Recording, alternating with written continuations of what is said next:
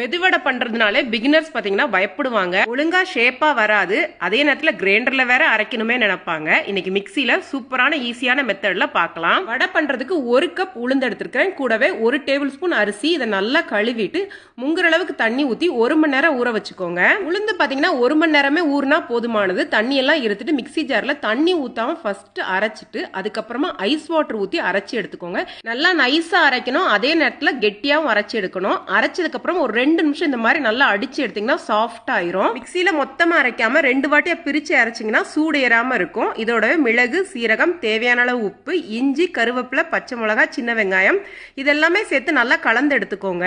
மாவு பாத்தீங்கன்னா நல்லா இந்த மாதிரி மெத்துன்னு பந்து மாதிரி உருண்டு வரணும். கையில தண்ணி தொட்டுட்டு கொஞ்சமா எடுத்து உருட்டி போட்டீங்கன்னா நல்லா உங்களுக்கு ஷேப் கிடைக்கும். மாவோட பதம் கரெக்டா இருந்துச்சுனாலே பழக்கம் இருக்கிறவங்க ஈஸியா பண்ணிடலாம். கையில போட்டு எடுக்கிறது கஷ்டமா இருக்கும்னு நினைக்கிறவங்க இந்த மாதிரி கிண்ணம் எடுத்துக்கோங்க. ஈரமான காட்டன் துணியை பின்னாடி